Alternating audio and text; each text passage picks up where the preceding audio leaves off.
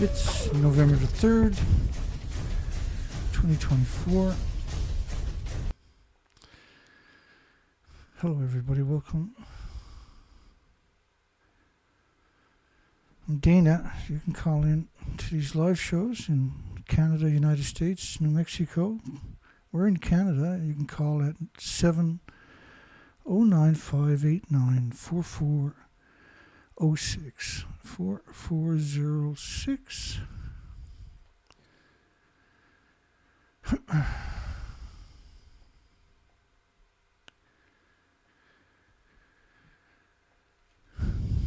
Ultra-safe nuclear files for bankruptcy. So they can facilitate its sale. Every dirty trick in the book. We'll get to that story in a little tiny bit. Slovenia, behind, you remember we covered a story, I'm not sure if it was Wednesday's show, and we didn't do a show on Thursday, and I'll explain that at the end of the video.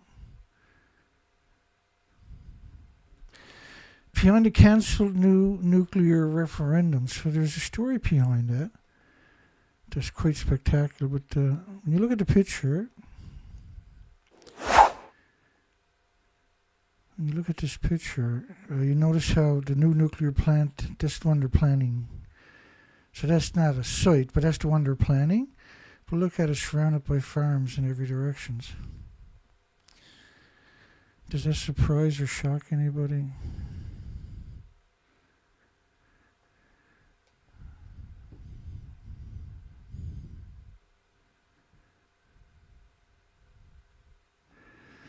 Bear with me, because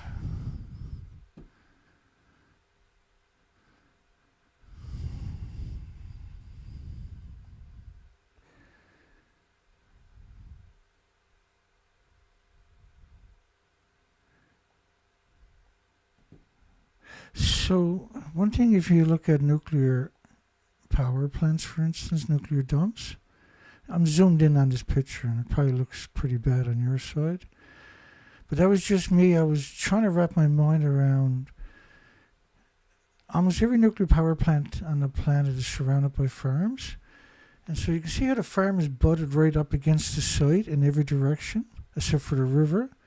And that river is going to feed thousands of ponds downstream.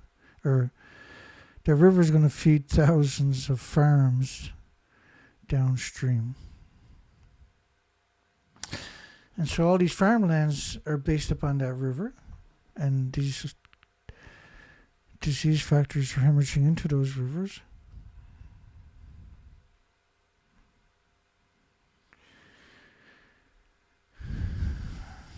And don't mind the bad pictures, because that's their fault, not mine. I was just zooming in. I was hoping it wouldn't look this bad. It probably looks better if I do it this way. This way is more tolerable, right? But what you're noticing is every side of that nuclear power plant, they got farms butted right up to it. It's the same thing with all nuclear power plants, and because they're hemorrhaging radiation. And Japan picked up 30 million one-ton bags. It just was a fraction of the land that was contaminated. And the land that they did pick 30 million one-ton bags up on is still contaminated. Because it was only 3% of the land, which meant everything else was radioactive, would have just transferred. But I mean, it's still melting down in Japan.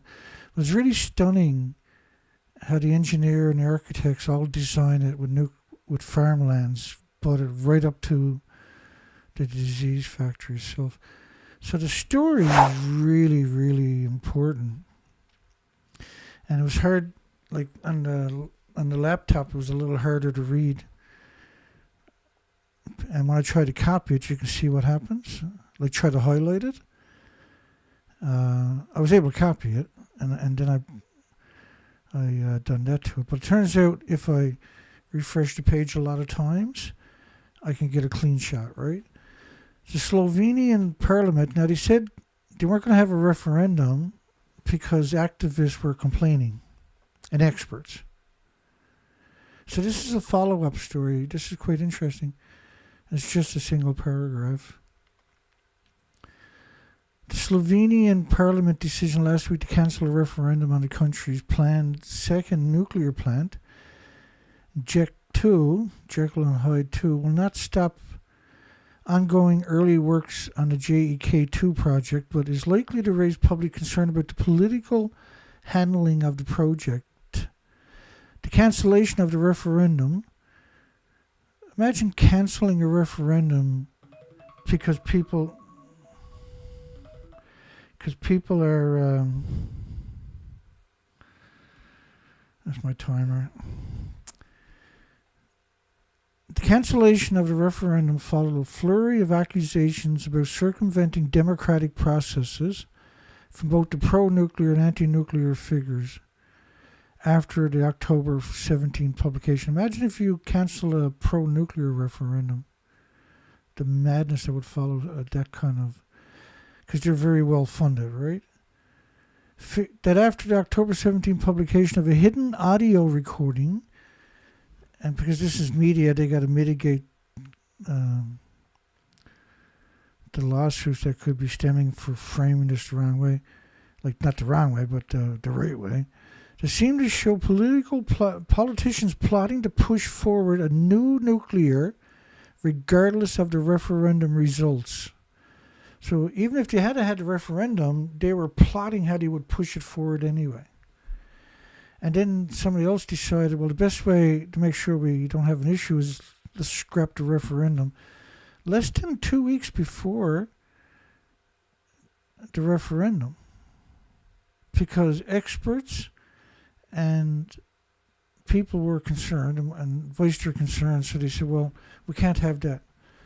And then they're going to be allowed to have nuclear power in their country, surrounded by farms and alongside their freshwater supply.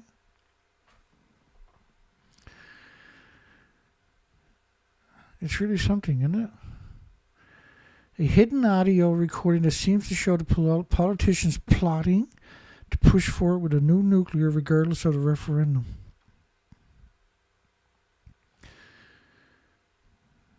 Regardless of the referendum. So this is a Canadian story.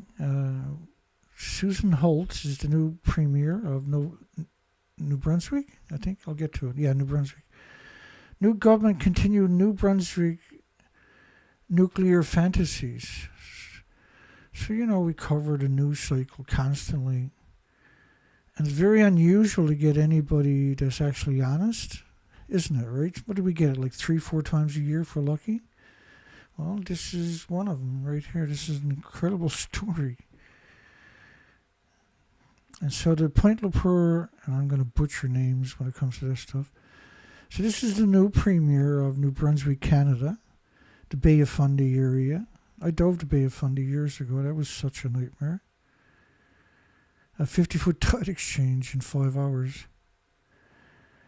It's like trying to swim up a river.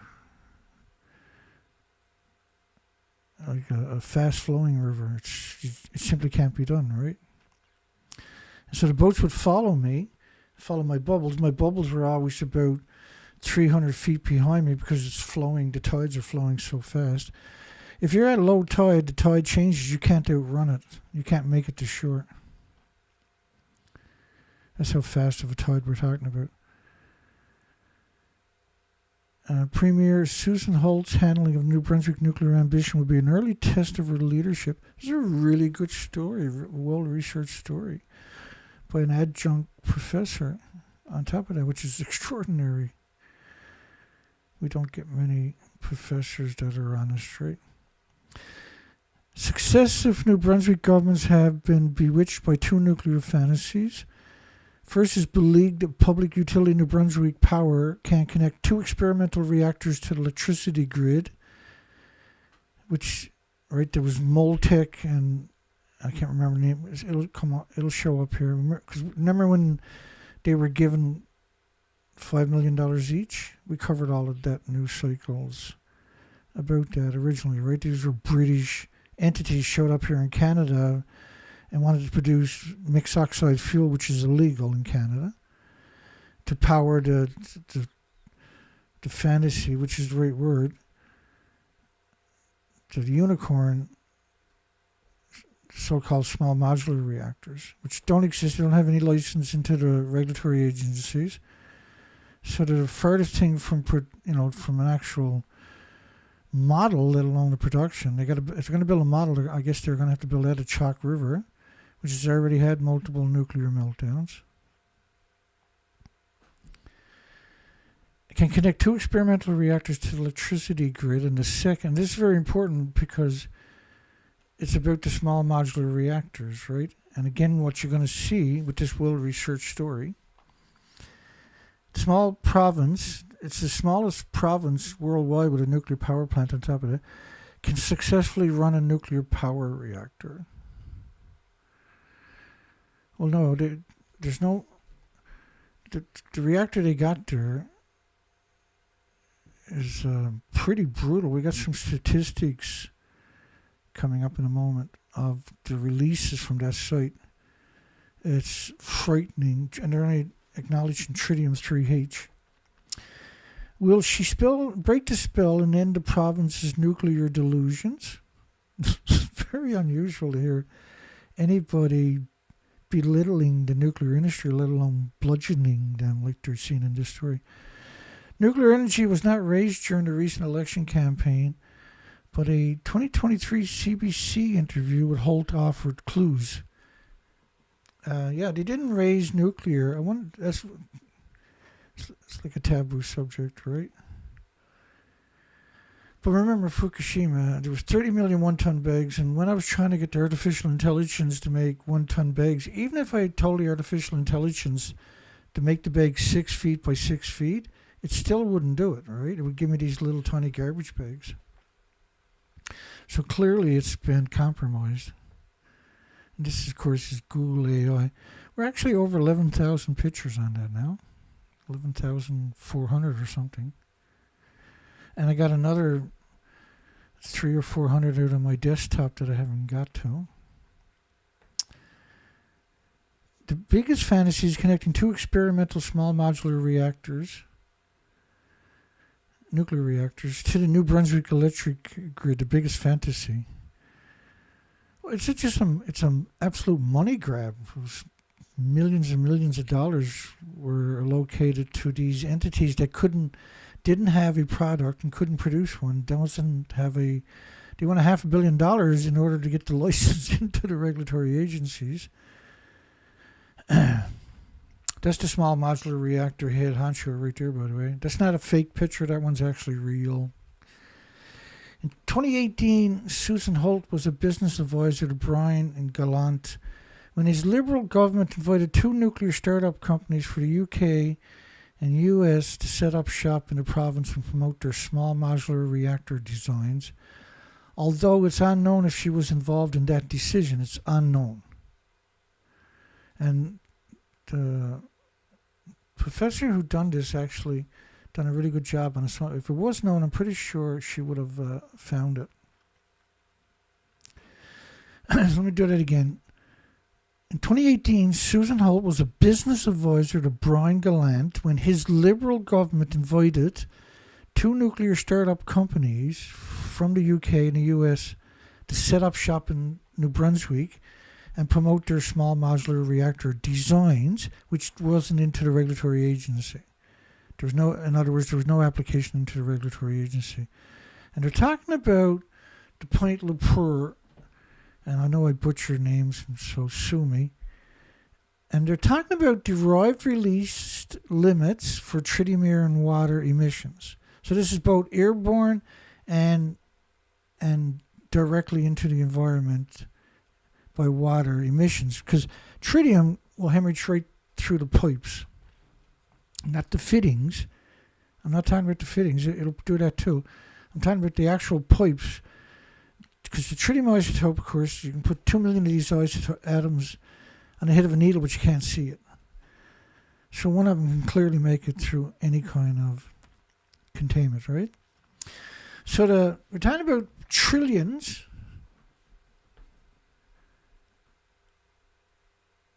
Terabecquerels.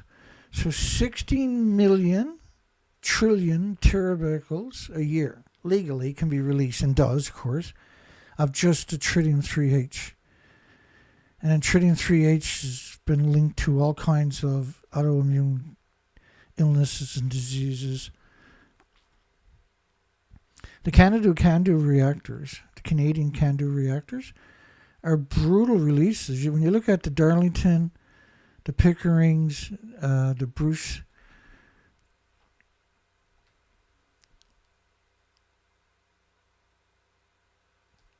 what is it? Now,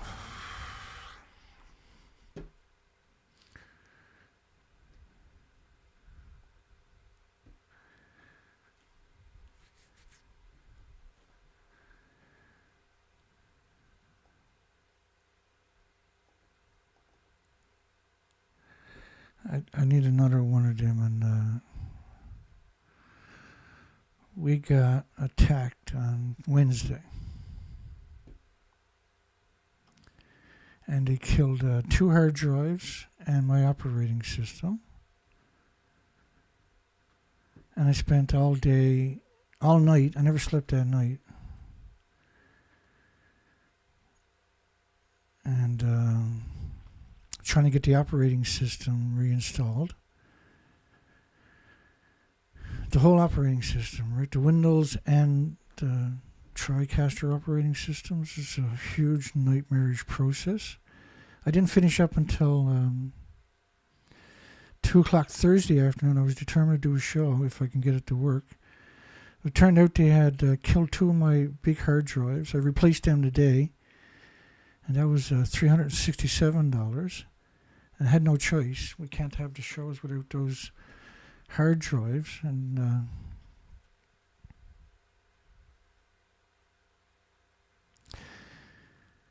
so let me get the rest of this information for you first.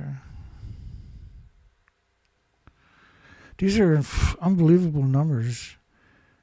And then the small modular reactors is going, because it's using mixed oxide fuel. Here we go, this is what I'm looking for right here. So, this will show up in a second. I'm going to have to take these hard drives back, and because I had to go cheap, I don't have any money at all, right? And this just drained my bank account. And they're not going to work the way they should work because I went for the cheaper hard drives, right? So I got to take these back. These are the spinners at 7,000 RPMs or something. I got to take them back and get the SSD hard drives, which are much more expensive. And so instead of getting 4 terabytes for each hard drive, I'm going to end up with 1 terabyte for each hard drive. But that'll work, right? So I don't care. So carbide limits and vapors at terabecquerels per year. For the UK, it was 8 terabecquerels per year. For the Point Lepoer in New Brunswick is 16,400,000 trillion a year. It's insane. It's 8 trillion a year in UK. Netherlands is 30 trillion a year. Germany, 70 trillions a year. Belgium and France, if you add all of those up, they're not even a fraction of the Point Lepoer nuclear disease factory / nuclear power plant. And then the small modular reactors are reclaim uranium, reclaim plutonium is what they want to do with the Canadian fuel. We don't have a reprocessing facility in Canada. They want to also set that up. These are enormously expensive. You know, they have multiple failed attempts in the United States, right? Where they spent like $18 billion trying to set up a reprocessing site at one of their national laboratories at the Santa Susana, but sounds similar. I can't remember the name off the top of my head. So the releases from the Canadian, just one Canadian reactor is probably more than all the nuclear plants worldwide combined in tritium-3H. And clearly this is a design that should never have been allowed to come to fruition, right? And the Ontario, the Darlington, or the Bruce, I can't remember. I think it's the Darlington water intake is right alongside the releases into is it Lake Ontario? I can't remember. Into the Great Lakes anyway, part of the Great Lakes, which is the third biggest aquifer on the entire planet for fresh water. And then if you look at just because we didn't recover everything, and so I wasn't able. It's going to take about 4 days of transferring the files to get everything on the hard drives. It's just such a nightmare. And I'm going to have to. I spent all day not all day. I drove into the city, and then my truck. Turns out I broke the front brake on my truck somewhere in the last number of days. Because I checked the air a few days ago and I didn't see the mess on my tires then. And then today when I was going to start the truck up to go to the city, and I noticed that I had all this red stuff on my tire, my passenger tire, front passenger tire. That turned out to be my brake shoes had given up the ghost recently, and it must have cracked somewhere in the last few days, and lost a chunk of the brake on the passenger side, and the metal's eating away at the drum. And then I also noticed the same thing on the other side, but that brake is still intact, but it's down to the wire. So I didn't notice that. So that means I can't use my truck till I ordered in. Makes me sick talking about it. I ordered in new brake shoes and new drums from Amazon tonight, just before we went live, because we can't move the operation without. So there was 2 kicks in the teeth and then they hacked my operating system and killed my hard drives on top of that. And we had a family tragedy also the weekend. So I spent 30 hours in a hospital alongside of my oldest brother, waiting for him to pass away. And I'm sure everybody's been through it by now. It's just a nightmarish, been a nightmarish 5 days. And there's more than that went on. It's just a nightmare. So this is the freshwater lakes here in Canada: Lake Ontario, Lake Erie, Lake Huron, Lake Michigan, and the Americans, but they're all connected, right? Lake Superior. And Lake Superior, of course, you know, the wreck of the Emmons Fitzgerald.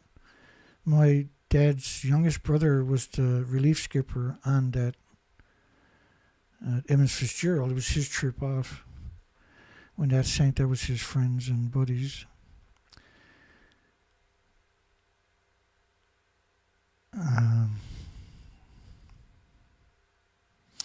So that's the third biggest aquifer on the entire planet, and it's saturated with nuclear plants / nuclear disease factories, and it's polluted with nuclear reprocessing sites or fuel sites. It's illegal to do reprocessing in the United States. They are doing it at, I think, Los Alamos National Laboratory, which is on the biggest aquifer in that part of the country, by the way, right above it. And they've spent over $100 million trying to mitigate some of the damage, but there was already, since the 50s, there's been completely contaminated. The Manhattan Project was told they had the Secrecy Act, and Canada utilized it too, right? So they had something like 10,000 spies spying on the scientists, and then they had 20,000 spies spying on the spies that were spying on the scientists. I'm not making it up. We covered it, right? And that has never went away. That facet of this industry has never went away, because they had a death grip then on our, that's the wrong word, I suppose, especially after the weekend, but let's keep going. So the Great Lakes are incredibly contaminated, period, permanently. That's it, they're done. And so it's an amazing amount of farms also all around that is dependent upon those Great Lakes. They're going to be 100% contaminated. All nuclear power plants are hemorrhaging directly into the environment. So let's get back to Susan Holt in New Brunswick. Will she break the spell and end the province's nuclear delusion? And you know, like folks, the reason I do the things I'm doing is because there is nobody else on this planet doing it. And the reason I work so hard, it's incomprehensible sometimes how hard I work to keep this operation moving forward. It's because we have to. The world needs somebody out there saying, wait a second, right? We really do. And this makes this story really important because it's a breath of fresh air to find somebody who's actually very eloquent, not pulling any punches, but also telling a terrible story. Will she break the spell and end? We're talking about Premier Susan Holt, New Brunswick. Will she break the spell and end the province's nuclear delusion? Nuclear energy was not raised. We covered that. And the biggest fantasy is connecting two small modular reactors. Oh yeah, this is where we ended off right here. So the combined limits, which is going to be a fraction of the real numbers that are getting released, liquid and vapor, because you can't contain it, right? So these numbers exist because they can't contain it. They can't contain it in France, in Belgium, and Germany, but their reactor fuel is different than the Canadian CANDU reactor. The CANDU reactor is by far the worst design ever made, and its releases are catastrophic to everything with replicating cells, not just humans. So the Gallant government, we covered all this as it was happening and during that all the way up to now, has chosen two advanced reactor designs, molten salt and sodium cooled, that have never operated successfully in a commercial setting. Well, they don't. It's not that they have never operated. It's just they don't exist, right? They haven't been built. And the molten salt reactors that we have built, the Santa Susana that melted down, was a molten salt. That's released 460 times. It's equal to 463 small islands melting down. The releases are. Try wrapping your mind around those statements. And the Fermi 2 on the Great Lakes, that also melted down in the 60s. That was a molten salt design. And they've had multiple molten salt sodium cooled reactors melt down at some of the national laboratories in the United States, and certainly in the United Kingdom and France. And the meltdown, the releases are just unbelievable numbers. They dwarf the legacy of the nuclear testing. The Canadian government, and we covered all this as it was happening, gave each company a $5 million incentive. $5 million incentive. I like it. Here's $5 million. And support, unlimited support to apply for federal funding to develop their designs, which their designs hadn't reached the regulatory agency, so they weren't developing there's 100 companies developing the design, but they wanted to start a reprocessing. The Canadian government is a pro-nuclear government, or is captured by the nuclear industry in the 50s, as I explained earlier. A recent export report from the U.S. Academics of Science predicted that such designs would have difficulty reaching commercial viability by 2050. During the subsequent reign of PC Premier Blaine Higgs, the province gave $25 million more to the startup, and the federal government added grants totaling $57 million. So it's over $100 million. $110 million, whatever. Even more than that. Both governments also invested in building a small modular reactor business supply chain in New Brunswick. We covered all of that. And, we discussed the ludicrousness of having a supply chain for something that hasn't even reached the regulatory agency's desk yet, right? And they're going to have to hire 400 people to go through the application for about 3 years. right? They're going to have to mend any design flaws, and there's going to be a lot of design flaws because they've never been built. And with 100 companies, there's no consensus. They're all got like their own design. They're all raking in enormous sums, like hundreds of millions or billions, many of them, each year. And they're not producing anything. None of them ever reached a regulatory agency. And the one that did was a complete scam, was NewScale, right? And we covered that extensively, including their downfall, but because they're the government itself, so to speak, they're now looking at other countries that are not aware of their legacy, their shady, shady legacy. So both government also invested, which is the federal and provincial, also invested in building a small modular reactor business supply chain in New Brunswick and encouraged some First Nations to support the project. They just hate the First Nations, eh? And it did pretty insidious what we're talking about. The Hague's governments further supported this plan to have the experimental reactor connected to the grid by 2035. I don't know if they'll have the application into the regulatory agencies by 2035.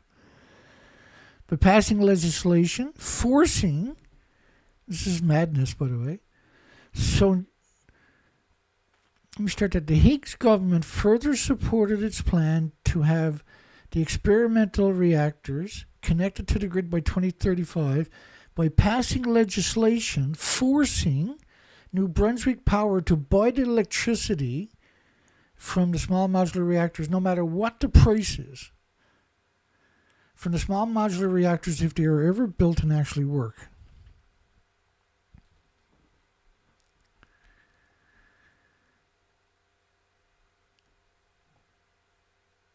By passing legislation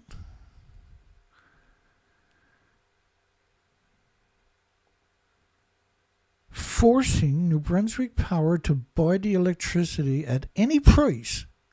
That's insane that they got away with that. It's insane that they threw hundreds of millions of them at it, where their only nuclear reactor was in disarray. And because that reactor, they still won't tell us what's wrong with the reactor.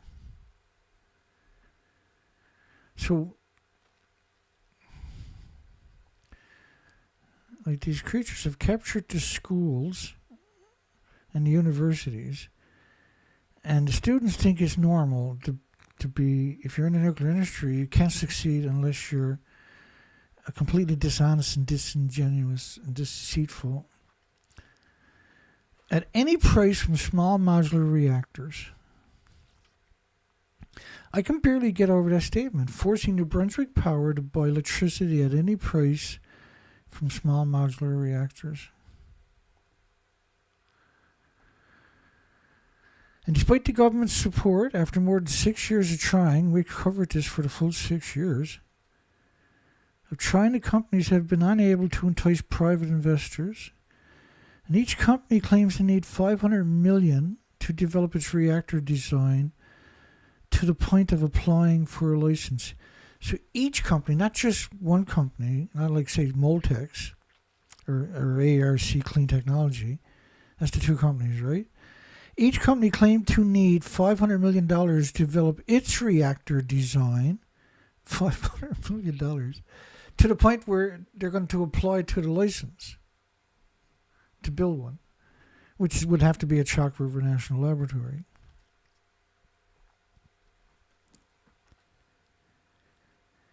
So this summer, the CEO of one small modular reactor company without a product, ARC Clean Technologies, we've covered all of this right from the very first story about this. We've covered every one of them in the last 6 years.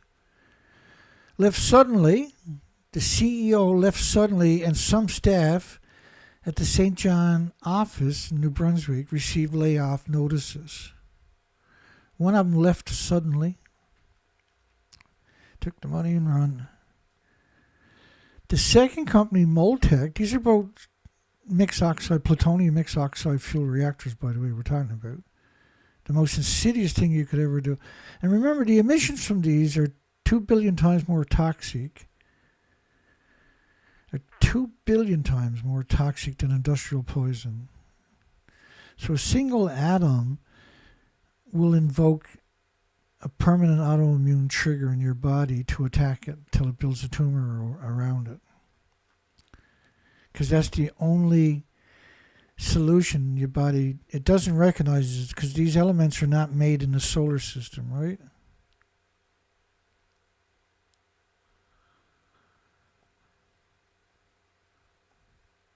And so your body doesn't recognize it. The sun doesn't make these anthropogenic man-made elements. That's what we call them, anthropogenic man-made. Until Moltex secures matching funds for his 3-year-old $50 million federal grant, further federal funding is unlikely. Well, now that that's out there, it won't be long before they find her $50 million, will it? Because the nuclear industry supports its own, right? Even if it kills everything on the planet, they will support their own.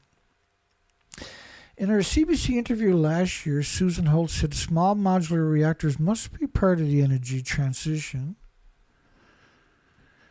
because if you didn't, there was no way you're getting elected. The second fantasy, the Point Lepour nuclear reactor in the Bay of Fundy, which is an amazing place, has been offline for repairs. We've covered all of this, and since April we've covered it all. And that's why I say earlier, like, we don't know what's really wrong. They refuse to tell anybody. And how could they not know? Because this reactor has been one of the most biggest disasters in history for perpetual downtime and repairs. Cost overruns from its original built and refurbishment represents 2/3 of New Brunswick Power's $5.4 billion debt.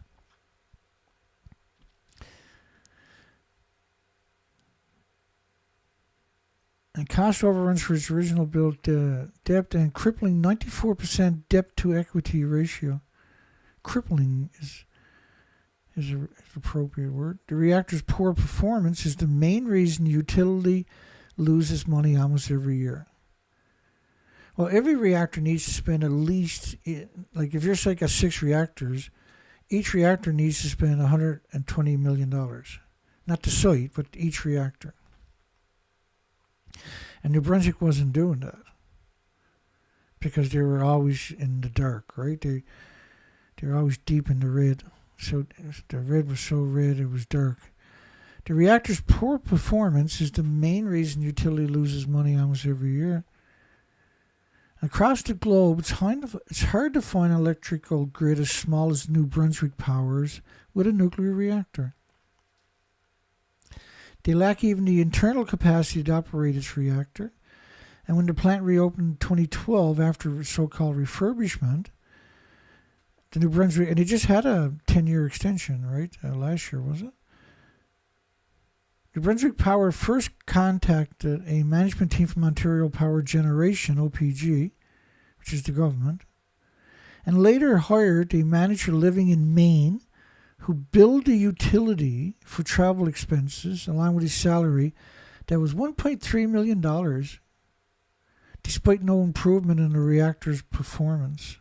And I didn't originally, we know those numbers, but I can't remember them because we cover so much.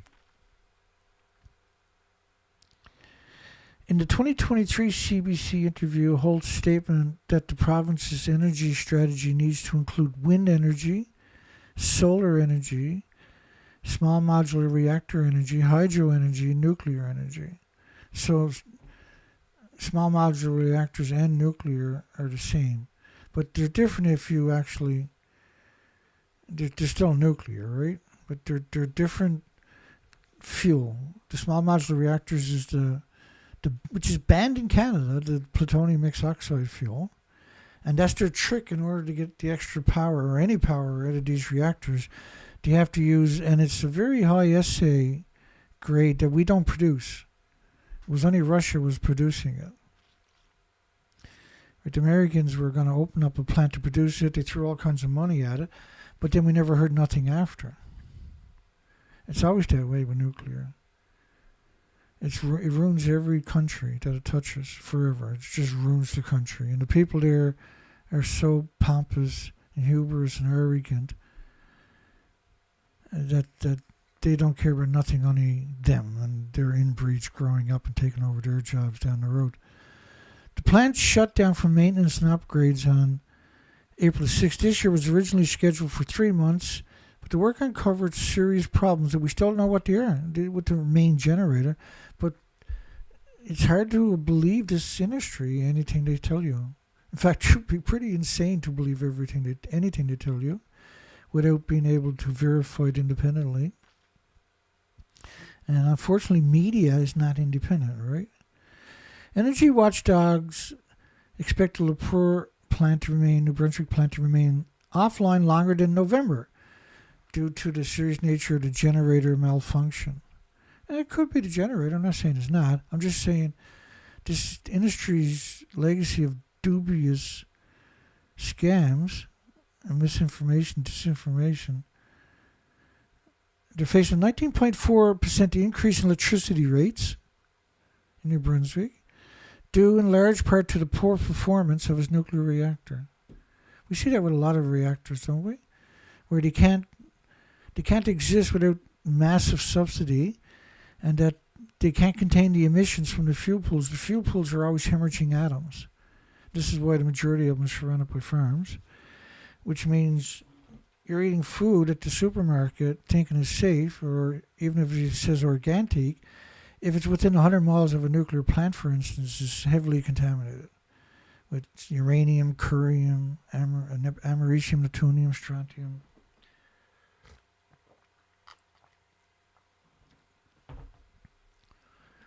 It's pretty crazy. And so we've been going for 40 minutes. Is it 40 minutes? I don't know. Yeah, 40 minutes. And we only got 10 likes, 12 votes. Does the media pretending to be above Fukushima Reactor 4 fuel pool make you lose all faith in journalism?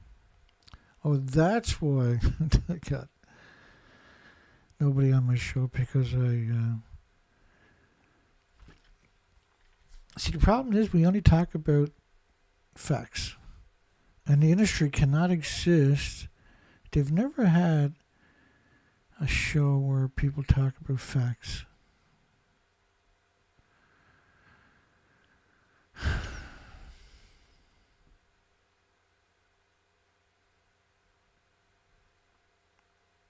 I can't find anything anymore.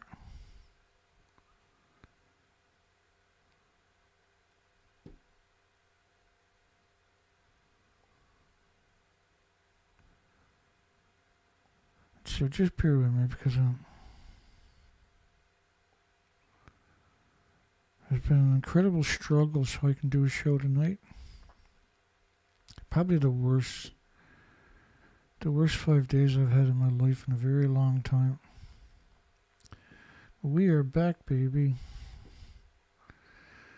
That don't mean we're perfect, but the solution is to get rid of these hard drives, bring them back, and get solid state hard drives.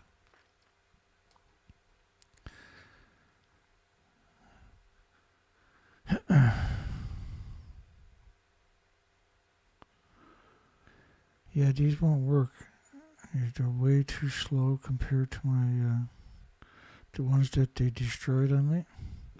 What's the odds of having 2 hard drives destroyed and your operating system destroyed at the same time?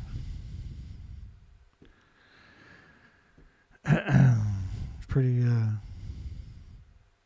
it's clear that they hacked me, right? I'm pretty sure they didn't expect me to show back up anytime soon.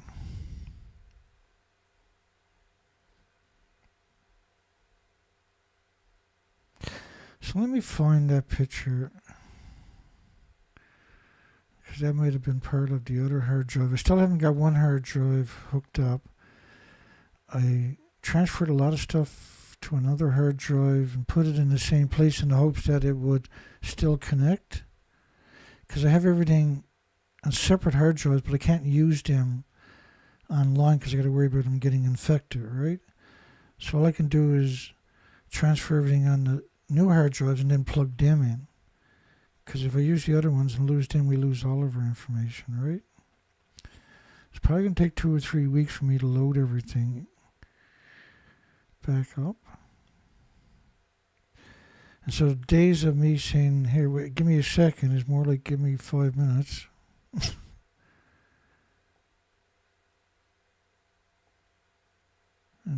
And just coming out and acknowledging they've done that to me makes it very dangerous because they know it works, right? But I also got to warn people about what's really going on, what they're doing to me, and why I'm struggling. And I'm not ashamed that I've done the best I could. And you know me, I'm very resourceful, right? But like the slap suits they put against me to drag me in the courts over and over and over and give me gag orders ultimately. It was just meant to bankrupt me and then silence me. And that's exactly what happened, right? We didn't stop. We just switched gears, right?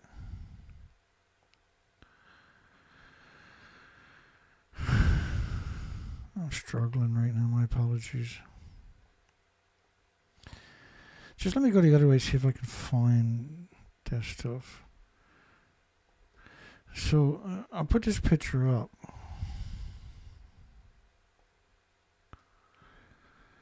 So that's reactor 4. They were pretending they were at the top of the building.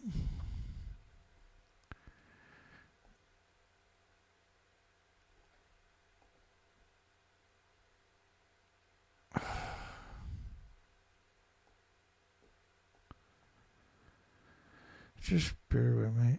I might get lucky. Because that picture is generally, I got that everywhere, and so I can't see that disappearing. That's the insanity, though, that I've been dealing with all day, all weekend. Well, struggling to get this resembling what we used to have. It's going to take me weeks.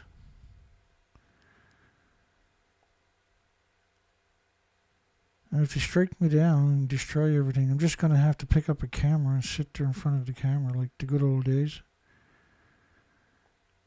Because I ain't going away.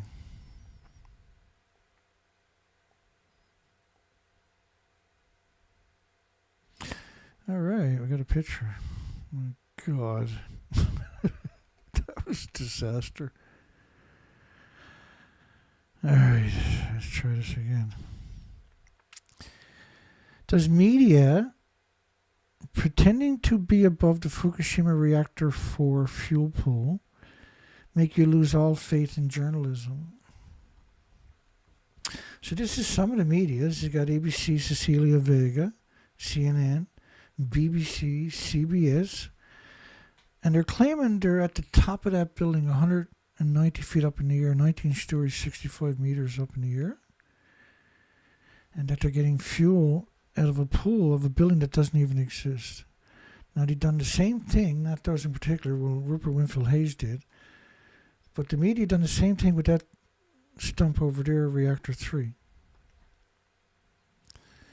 I mean, these types of lies have jeopardized humanity, not jeopardized it, but have compromised the future of humanity. And let me explain that to you, too. This is a plutonium-239 dispersal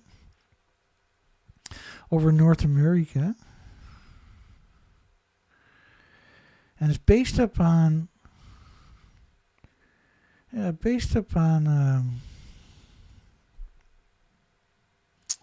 venting. It's not based on the actual nuclear meltdowns.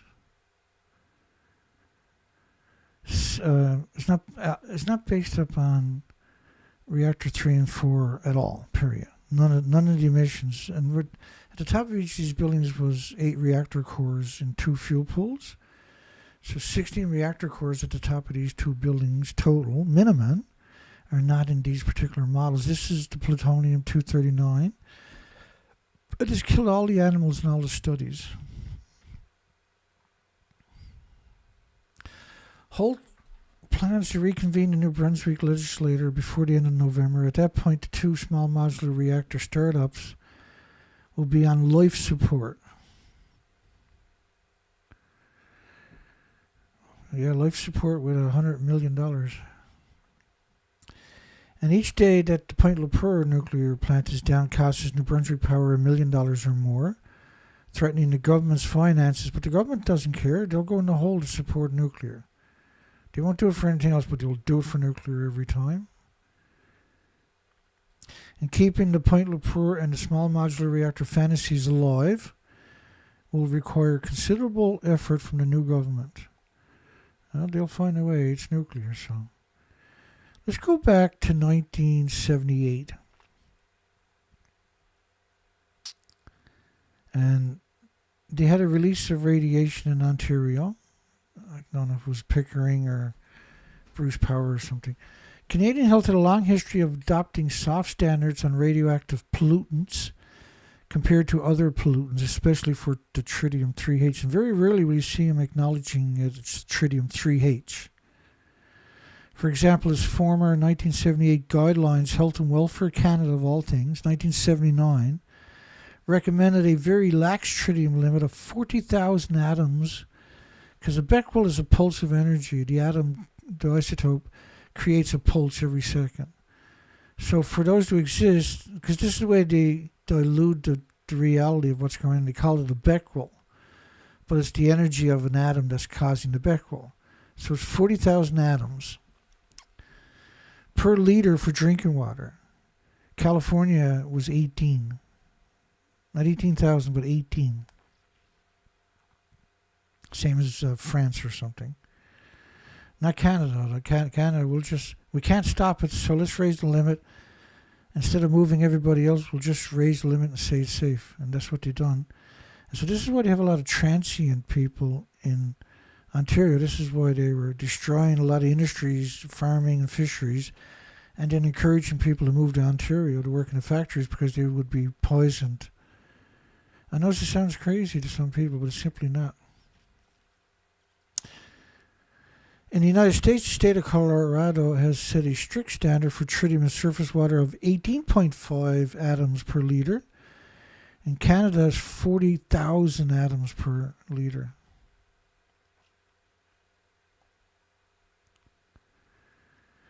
U.S. state of Colorado, the recommendation by the Ontario government in 1994, but not implemented, was 100 atoms per kilogram. European Union is 100. 740 for the US EPA, which is still insane. Canada and Health and Welfare was 7,000, which means you got 7 million atoms in your hot tubs of just tritium. Because you got 1,000 liters, right? So you got 7 million atoms in your hot tub where your children and yourself and your friends and your loved ones are. And these are catastrophic numbers, for instance, or your swimming pool is just a nightmare. The U.S. state of California uses a limit of 15 atoms a kilogram or liter. Colorado was 18. California was 15. Canada was 40,000. There's no way you're not getting sick from that exposure, right? In 1979, tritium groundwater concentrations reached 2.15 million becquerels a liter, following the release of 666. Interesting number. Terabecquerels at Pickering, which is where the fresh water is right alongside of it that feeds on Toronto. And so Toronto, metropolitan Toronto is a couple of million people, right? And the freshwater intake is right alongside of where that stuff was released. So it goes straight out into the Great Lakes, and then right alongside of it, it sucks it out of the Great Lakes and goes to the taps, and showers, and laundry, and kitchen sinks, and the children are brushing their teeth. And these numbers are 2.15 million. They were supposed to abandon Toronto and everybody else on the lakes, right? The American, Canadian sides. They were supposed to abandon every city and every town permanently because it's a 12-year half-life, so 120 years. In September, a leak of 222 trillion becquerels of tritium occurred at the Douglas Point reactor, Lake Huron. Drinking water in Port Elgin was 1,600 becquerels a litre for 2 days. But I mean, clearly, the truth is not going to come out on that story, right?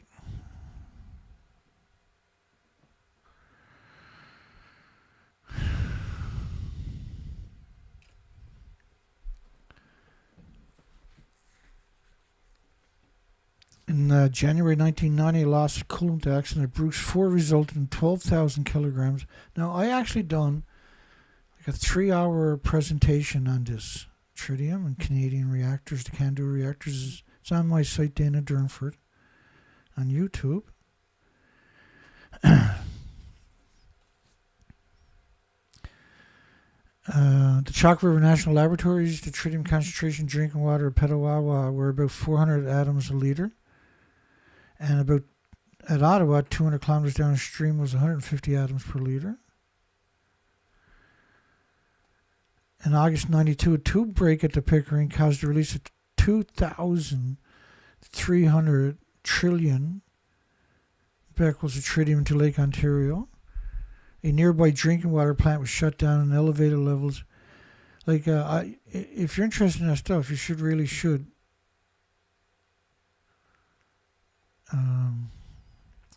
Watch the presentation that I'd done last year or the year before. It's here on my site right now.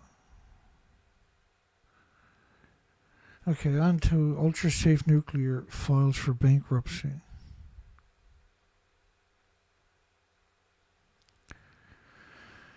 Let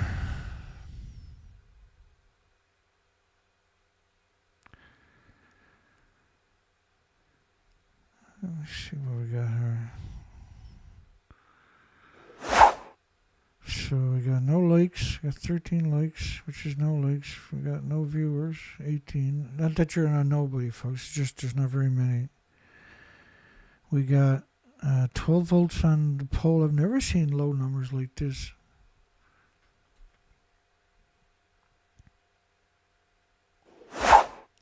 So clearly they didn't expect me back, right?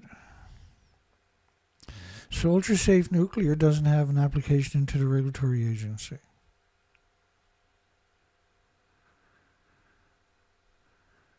Which means, like, these designs, they look like, you know, like they're making progress or something. It looks really simple too, right? But if it was, then they would have an application into the regulatory agency, wouldn't they?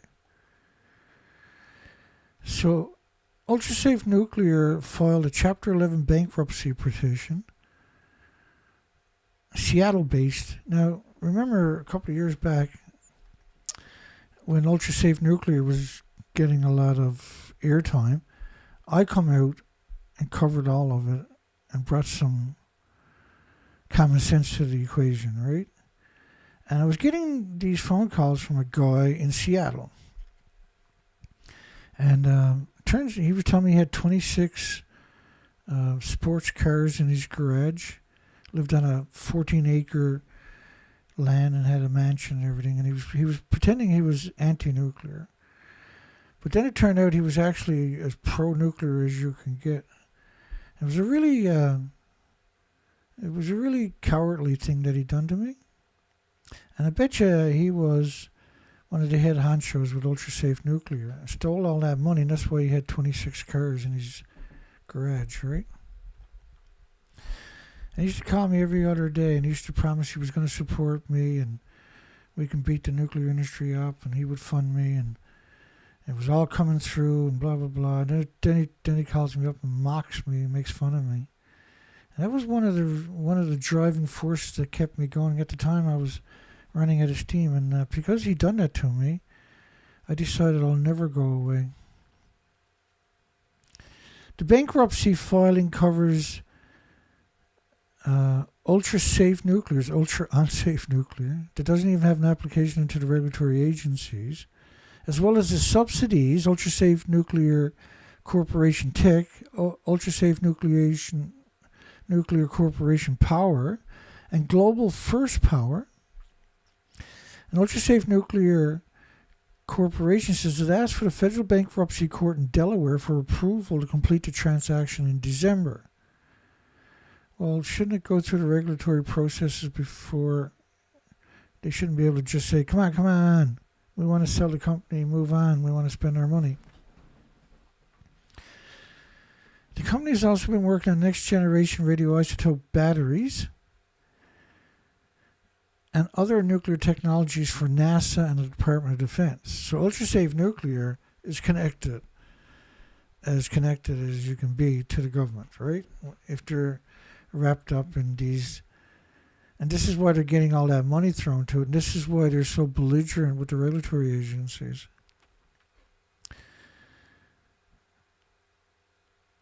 Paulo Veneri, who was the ultra-safe nuclear, and we used to really make fun of that name. You don't have a license into the regulatory agency. You don't have an actual reactor built, and yet you have the arrogance, the incredible, unbelievable arrogance to suggest that it's ultra-safe. The executive vice president left the company last month and is now a founding partner of the Seattle-based Starward Solutions, will provide consulting and technical service for the nuclear power industry. So, like, what are you talking about? Because you haven't even produced a single application, let alone a reactor, and now you're a consulting and technical service? It's about looting, I would imagine, because it doesn't look, after all this time, they still haven't come up with an application for the regulatory agency.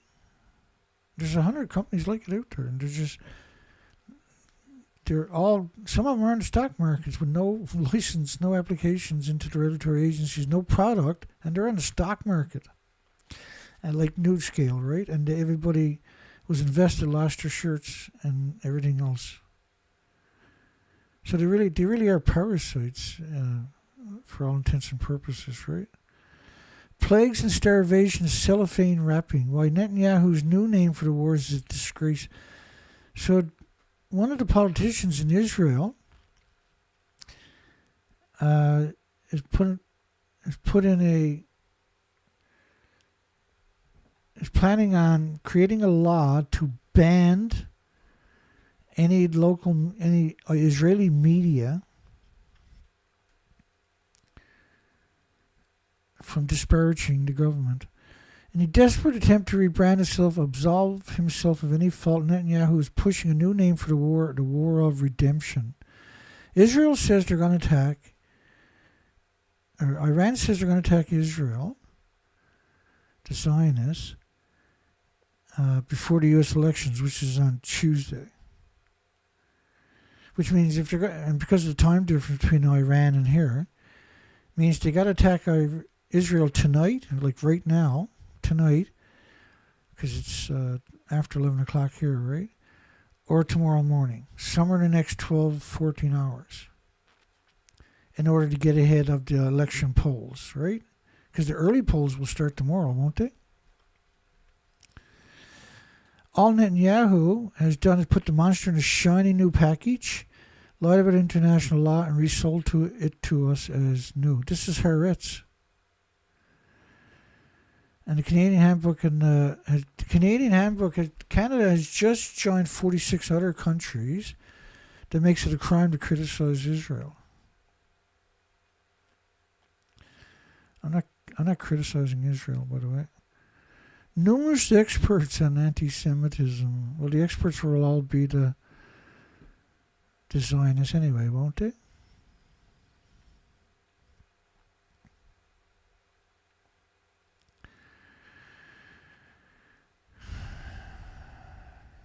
That's all I got for tonight. I wasn't expecting to make it to tonight because it's been 5 days of just heartbreak and incredible difficulties and trouble and technical problems and issues that I haven't stopped in 5 days. Five terrible days.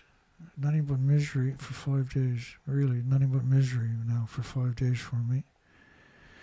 And what do I got tonight on my show? 13? 13 likes and 12 votes on my poll. 12 votes. 12. Which I normally got before the show starts. 12 votes. Does the media pretending to be above Fukushima Reactor 4 fuel pool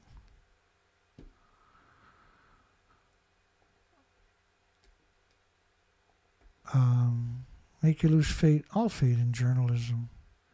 And Dana and Asana called them actors, right? Which was probably the most appropriate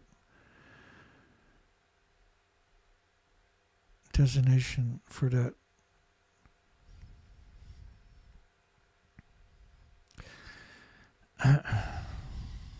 Right here.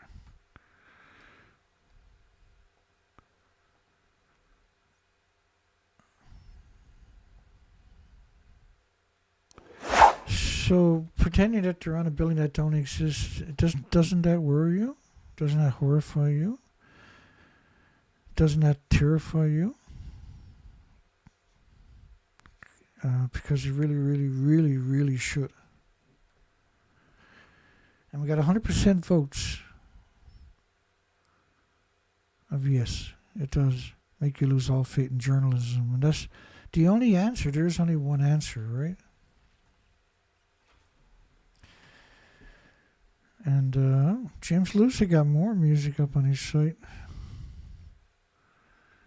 We're going to play one of his songs that he wrote for this particular show about a troll that's been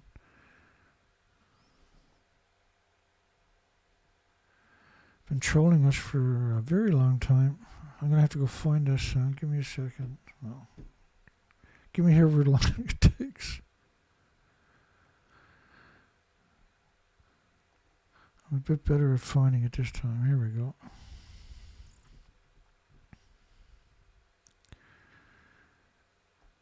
I got to adjust the volume in real time. We'll see everybody tomorrow night. I will be back tomorrow night. I got to find my way into the city. I got to exchange the hard drives I got today. And I got to spend a bit more money and get the solid state hard drives.